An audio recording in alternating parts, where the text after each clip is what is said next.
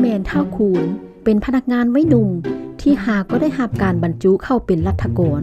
เพื่อปฏิบัติหน้าที่ช่วยเหลือประชาชนที่มีปัญหาทางด้านกฎหมายถึงว่าเราจะมีหน้าที่ที่สำคัญ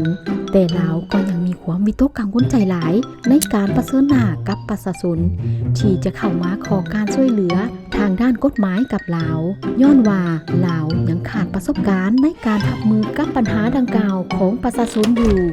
ลาวรู้สึกว่าหน้าที่รับผิดชอบของลาวที่ได้รับมอบหมายได้สร้างความกดดันให้ลาวหลายและลาวเองก็ยังบ่ฮู้ว่าจะเฮ็ดเวียกเหล่านี้ได้แนวใด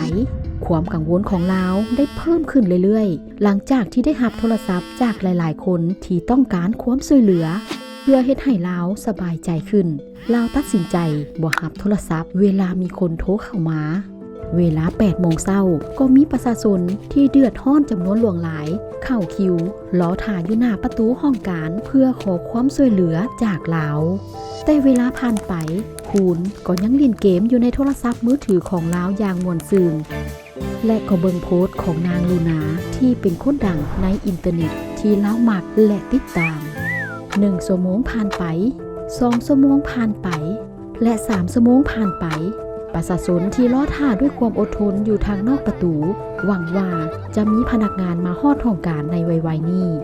และพวกเขาได้มีการเล่าปัญหาให้กันฟังเพื่อเป็นการฆ่าเวลาเวียงแม่หญิงที่ถูกทำให้ห่างกายจากผัวที่อยู่ในสภาพมึนเมา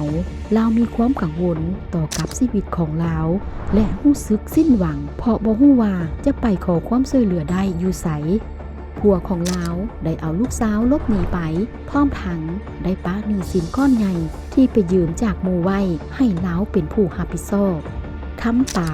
พนักงานโรงงานที่เฮ็ดเวียกหนักลาวถูกข่มเหงด้วยเงื่อนไขการเฮ็ดเวียกที่บ่ยุติธรรมสิ้นลาวบ่ได้รับเงินเดือนเป็นเวลาหลายเดือนและถูกทำให้ห่างกายทุกครั้งที่ลาวเฮ็ดผิดทิพจันทร์เป็นหญิงสาวที่ลบหนีจากกลุ่มคนสั่วให้ลาวได้รับข้อเสนอให้เฮ็ดเวียกที่มีค่าตอบแทนสูงแต่มันบ่เป็นไปตามที่ลาวคาดหวังไว้ลาวถูกกักขังไว้อยู่ในห้องที่เปื้อนพร้อมทั้งมีโทรศัพท์มือถืออยู่เทิงโต๊ะและเวียกของลาวก็แม่นการหลอกลวงเอาเงินของคนอื่นเวลาที่ลาวบ่สามารถหาเงินได้ตามแผนที่วางไว้ลาวก็จะถูกขังอยู่ในห้องน้อยๆโดยบ่ให้กินอาหารและน้ำดื่มคุณได้มีสายโทรศัพท์ที่โทรเข้ามาและเป็นสายที่โทรมาจากหมู่สนิทของลาวที่ต้องการความช่วยเหลือทางด้านกฎหมายถ้าบ่ดังนั้นลาวจะติดคุกลาวกำลังลังเลใจว่าจะหับสายโทรศัพท์หรือบ่เพราะสายที่โทรมาแม่นหมู่สนิทของลาวเองลาวจื่อได้ว่าห้องการของลาวมีกฎระเบียบที่เคร่งครัดในการปฏิบัติหน้าที่เวียกงานที่ห้ามบ่ให้เอาเรื่องส่วนตัวเข้ามาเกี่ยวข้องกับเวียกงานทันใดนั้นเด็กน้อย2 คนที่ลิ้นอยู่ทางนอกก็บังเอิญเฮ็ดมากบานไปตามปองเยี่ยมห้องการปองเยี่ยมถูกกระทบจนแตกมันเฮ็ดให้ผู้คนอยู่ด้านนอกเบิ่งเข้ามาด้วยความตกใจที่ได้เห็นว่าที่จริงแล้วมีคนอยู่ในห้องการนี้ตลอดเวลา